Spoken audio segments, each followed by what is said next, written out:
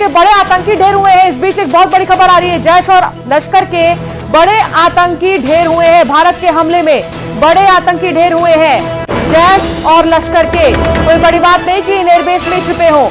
जैश और लश्कर के बड़े आतंकी ढेर हुए हैं। सूत्रों के हवाले से खबर, 5 बड़े आतंकी ढेर हुए हैं जैश और लश्कर के। जैश और लश्कर के 5 बड़े आतंकी ढेर हुए हैं।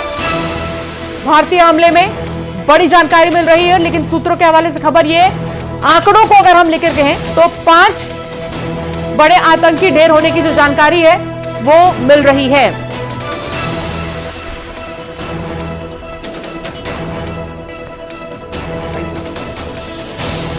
बड़ी अच्छी न्यूज है एक तरह से, इतने सारे आतंकवादी वहां पर जेल में हैं और हमारे लिए अच्छा। जैश और लश्कर के 5 बड़े आतंकी ढेर हुए, ये सूत्रों के हवाले से भी जानकारी मिल रही है। आपको बता दें कि धीरे धीरे अभी आंकड़े कभी भी बढ़ सकते हैं, कोई पुख्ता आंकड़े नहीं आ रहे अभी सिर्फ सूत्र ये बता रहे हैं। थोड़ा सा हमें और पेशेंस में रहना होगा और उसके बाद देखना होगा कि इस हमले में कितने आतंकी ढेर हुए। लेकिन जो भी है, आतंकी ढेर हुए हैं और मकसद यही है कि आतंकवाद को खत्म करना है और आतंकवाद को जड़ से हटाना है। प्रकाश जी हमारे साथ जुड़े हुए हैं, प्रकाश पंजीकर सर हमारे साथ जुड़े हुए हैं, डिफेंस एक्सपर्ट हैं। प्रकाश जी, कैसे देख रहे हैं आप इस हमले में? सीधे आतंक पर हमला जो हम कह रहे हैं वही हो रहा है। बहुत अच्छा विश्लेषण आपका है और जो न्यूज़, अगर ये न्यूज़ सही है, जो कि थोड़ी देर में और पता लगेगा, तो ये बहुत अच्छा न्यूज़ है कि इतने लोग उनके ढेर हुए हैं। होपफुली अब उनके समझ में आएगी कि आतंकवाद कितना बड़ा नासूर है एक देश के लिए और कितना ज़रूरी है कि उनके जो आतंकवादी जो हैं उनको हम डिस्ट्रॉय करें।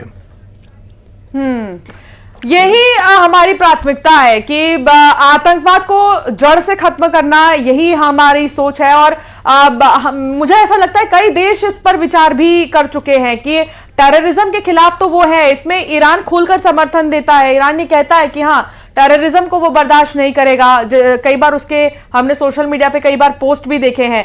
इस पर क्या कहेंगे? टेररिज्म को लेकर ये बहुत बड़ी खुशी की बात है कि इतने आतंकी ढेर हुए भारत के हमले में। जी हाँ, देखिए बात यह है कि हमारा और कोई प्रॉब्लम तो पाकिस्तान के साथ है नहीं, बात नहीं करने से। लेकिन अभी जो स्टैंड ऑफ आई है उसमें इसका टोटल रीजन है उनका आतंकवादियों को सपोर्ट और उनकी तैयारी करके उनको हमारे देश में भेजना, इसके सिवाय और कुछ नहीं है।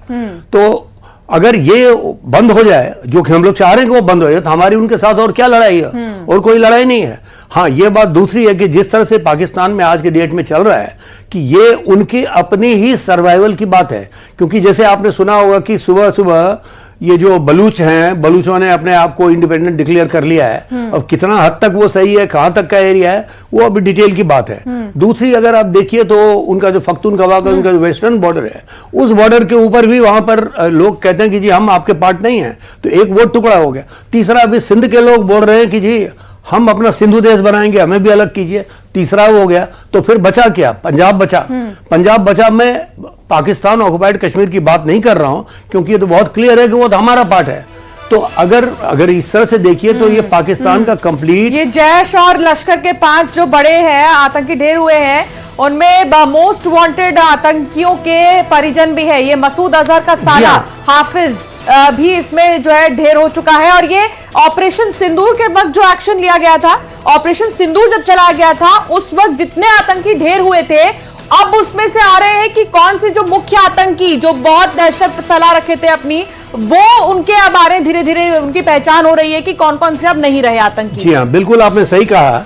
अभी हुआ ये है कि ये कंफर्मेशन आ रही है। हाँ। हमने जब पहले बोला तो उसमें लोग समझ नहीं रहे थे। हाँ। लेकिन अभी कंफर्मेशन आ रहा है कि कौन उसके पूरे जो जैसे मोहम्मद के जो ग्रुप हैं पूरे के पूरे मारे गए, सिर्फ उसका सरगना बच गया। अभी वो ऐसे ही मर जाएगा। वो बता रहा था उस दिन कि अल्लाह हमको क्यों नहीं ले गया।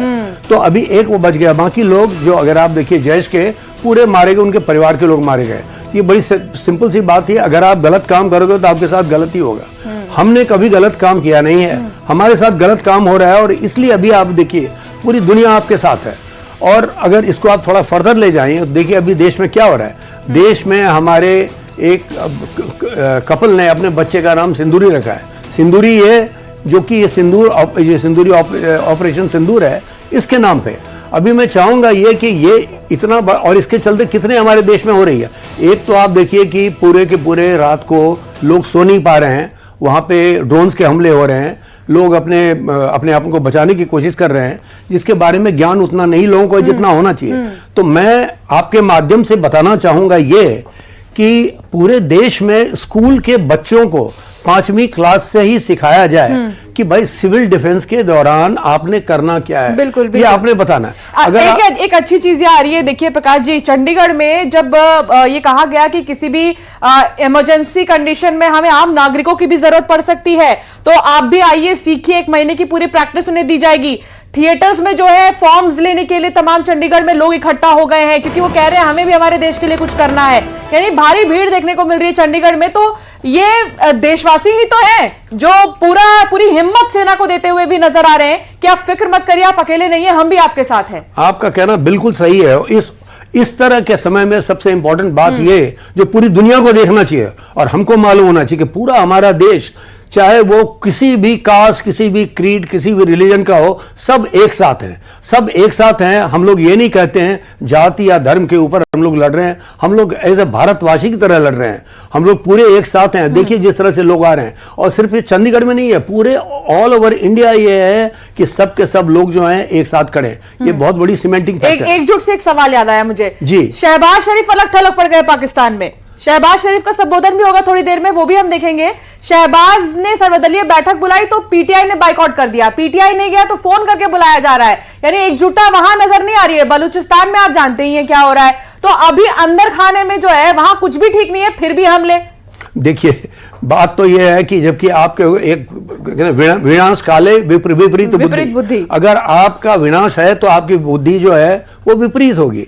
हमने तो अपनी तरफ से बोल दिया कि भाई याचना नहीं, अब रण होगा, जीवन जय या कि मरण होगा। ये हमने अपनी तरफ से दिया है, जो कि आप भी अपने स्टूडियो में दिखा रहे हैं। हाँ। लेकिन अभी जो समय आ गया है वो समय ये कि हम अपना बिल्कुल ही, और इसमें कोई शक नहीं कि हमारा जो पॉलिटिकल लीडरशिप है वो बिल्कुल क्लियर है इसके मामले में करना क्या है। हमें उनको सपोर्ट करना है, हमें एक साथ रहना है, एकजुट के रहना है। और ये जस्ट क्वेश्चन ऑफ टाइम है, जैसा मेरे को लग रहा है कि शहबाज शरीफ और उनके लोग आएंगे, गुहार लगाएंगे कि भाई हमसे मिलाप कर लो। हम तो तैयार हैं उसके लिए, हमको लड़ना तो किसी से है नहीं। आसिम मुनीर से लेकिन यूएस विदेश मंत्री ने बात की है, उनका यह कहना है कि तनाव कम करो और संयम रखें। इस पर एक रिएक्शन आपसे जरूर चाहूंगी प्रकाश जी, आप इस पर क्या कहेंगे? क्योंकि ये देखिए, इसी से ये प्रूफ होता है कि सरकार कहां से चल रही है पाकिस्तान में। क्यों शहबाज से बात नहीं कर सकते थे विदेश मंत्री? बिल्कुल आपका कहना सही है कि वहां पर तो सभी जानते हैं कि वहां पर पाकिस्तान का बेसिस ही है। हम लोग कहते हैं कि हमारे देश में एक सेना है, हमारी सरकार के पास एक सेना है। वहां तो उल्टा, एक सेना के पास एक देश है। उस देश को लेके वो देश में तो कोई लोगों के पास है ही नहीं कि वो करेंगे क्या। सेना का जो प्रमुख है वो डिसाइड करेगा कि क्या होना है। तो पहले तो वो अपने घर को ठीक करें, उनको घर को, अगर जो उनके मुल्ला जो उनके हैं चीफ हैं, उन्होंने क्या कहा अगले दिन, कुछ दिन पहले उन्होंने बोला ये वो टू नेशन थ्योरी के ऊपर बात कर रहे थे। वो बात कर रहे थे ये कि हमारी जो स्थापना हुई है सिर्फ धर्म के ऊपर हुई है। इस तरह की बातें वो बोल रहे थे, उसके बाद उन्होंने हमला करा दिया। तो अगर ये आप करिएगा तो इसका मतलब आपकी जो इंटरनेशनल स्टैंडिंग है वो इंटरनल स्टैंडिंग की उसका तो कोई मतलब नहीं रह गया, क्योंकि आप ये क्लियर नहीं है कि आप एक पॉलिटिशियन की भाषा इस्तेमाल कर रहे हैं या एक मुल्ले की भाषा इस्तेमाल कर रहे हैं या एक फौजी की भाषा इस्तेमाल कर रहे हैं। As a ex military officer मैं कहना चाहूंगा कि ये फौजियों का ये तरीका बात करने का नहीं है। और जो मुनीर साहब हैं उनको सोचना पड़ेगा कि किस ढंग से हम इसको एड्रेस करें। यहाँ की जो उनको पूरा पावर दें, उनके जो सिविल एडमिनिस्ट्रेशन है, उनका जो वहाँ का पॉलिटिकल लीडरशिप है, उसको वो हमसे बात करें।